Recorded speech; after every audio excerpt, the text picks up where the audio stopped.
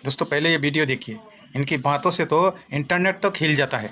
सुनिए क्या कह रहा है। जो सरकार अपना चलाया हुआ 2000 का नोट 7 साल नहीं चला सकी, वो हमसे 70 साल का हिसाब मांगती है। इस सरकार को आलोचना सुनने की आदत नहीं है सभापति महोदय। नेहरू को कोसने से अर्थव्यवस्था नहीं सुधरेगी, उसके लिए डॉक्टर मनमोहन सिंह साहब की अर्थनीति अपनानी पड़ेगी। पिछले 11 साल से नेहरू जी को कोस रहे हैं, आखिर कब तक कोसिएगा?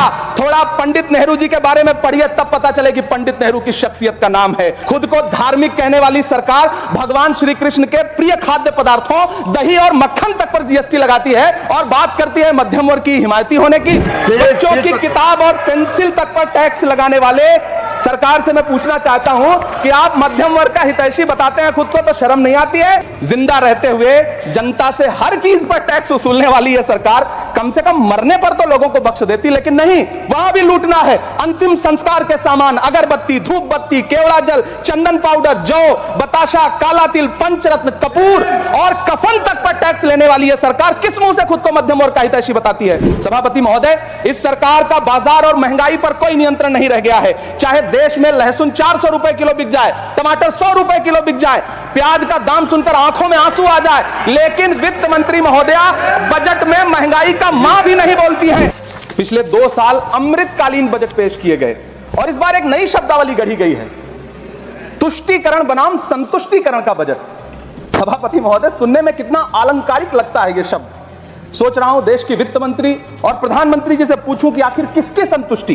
कदम कदम पर टैक्स देकर लुटने वाली जनता की, या फिर जनता से टैक्स वसूल करके धन्ना सेठों का खजाना भरने वाली सरकार की? किसकी संतुष्टि? जिस बजट में मनरेगा के लिए 1 रुपए की बढ़ोतरी ना हो, जिस मनरेगा से करोड़ों मजदूरों के घर में चूल्हा जलता हो, उस मनरेगा में काम करने वाले गरीब मजदूरों के लिए अगर आपके खजाने से 1 रुपया भी इजाफी नहीं निकल सका, तो भला कौन संतुष्ट हुआ साहब? इस देश का गरीब मजदूर या आपके उद्योगपति दोस्त? वो जो महाराष्ट्र में लोकसभा और विधानसभा के बीच में 40 लाख मतदाता बढ़ाए गए थे, अरे उन्हीं के लिए मनरेगा का थोड़ा सा बजट बढ़ा देते। क्या उसमें मनरेगा का एक भी मजदूर नहीं था 40 लाख लोगों में? सारे के सारे 12 लाख की छूट वाले से आगे के लोग थे। कल जब वित्त मंत्री जी देश की संसद में भाषण दे रही थी, तो वहां मुंबई में कोई गरीब इंसान जब अपनी जेब टटोल करके अपनी मोटरसाइकिल में 1 लीटर पेट्रोल भरवा रहा था, तो उस पेट्रोल की कीमत थी 103 रुपया प्रति लीटर। आखिर इतना महंगा पेट्रोल डीजल खरीद के कौन संतुष्ट हो रहा है? इस देश के गरीब लोग या फिर सरकार के चहेते धन्ना सेठ? वित्त मंत्री जी इस बजट को मध्यम वर्ग को संतुष्ट करने वाला बजट बता रही हैं।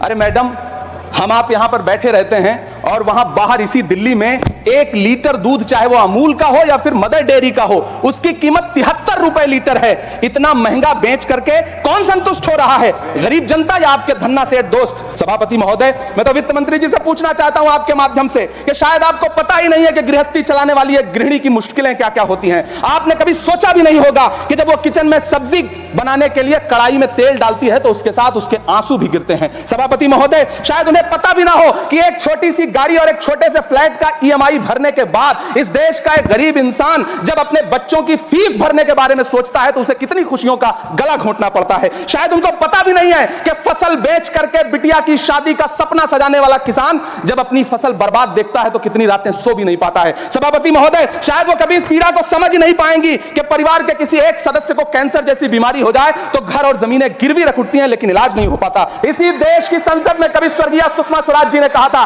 कि जब देश की करेंसी गिरती है तब देश की प्रतिष्ठा गिरती है। एक तरफ कोलंबिया जैसा छोटा सा देश और उसके प्रधानमंत्री गुस्तावो पेत्रो खड़े हैं जो कोलंबिया के नागरिकों को हथकड़ी लगाकर लाने वाले जहाज को अमेरिका बैरंग वापस लौटा दे रहे हैं, और दूसरी तरफ हमारे प्रधानमंत्री जी खड़े हैं जो बेड़ी और हथकड़ी लगा करके लाए गए बेटों के अपमान पर एक शब्द नहीं बोल रहे हैं। सभापति महोदय, मैं इतिहास के पन्ने पलट रहा हूं, मुझे 2 किरदार याद आ रहे हैं। एक तरफ निक्सन के 7वें बेड़े की धमकियों के सामने लोहे की तरह अडिग इंदिरा गांधी खड़ी हैं, तो दूसरी तरफ खुद ही नमस्ते ट्रंप का नारा लगाते हुए प्रधानमंत्री जी खड़े हैं। मेरे कानों में सुषमा स्वराज जी की आवाज गूंज रही है।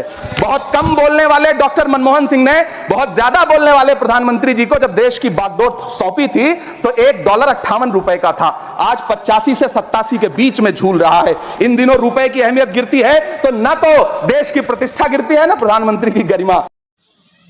तो दोस्तों, ये वीडियो देखकर आपको कैसा लगा? अगर अच्छा लगे तो वीडियो को ज़्यादा से ज़्यादा शेयर करिए और एक प्यारा सा कमेंट कर दीजिए, क्योंकि आपका एक कमेंट से हमारे लिए बहुत महत्वपूर्ण है। और अपना भाई को फॉलो ज़रूर कीजिएगा।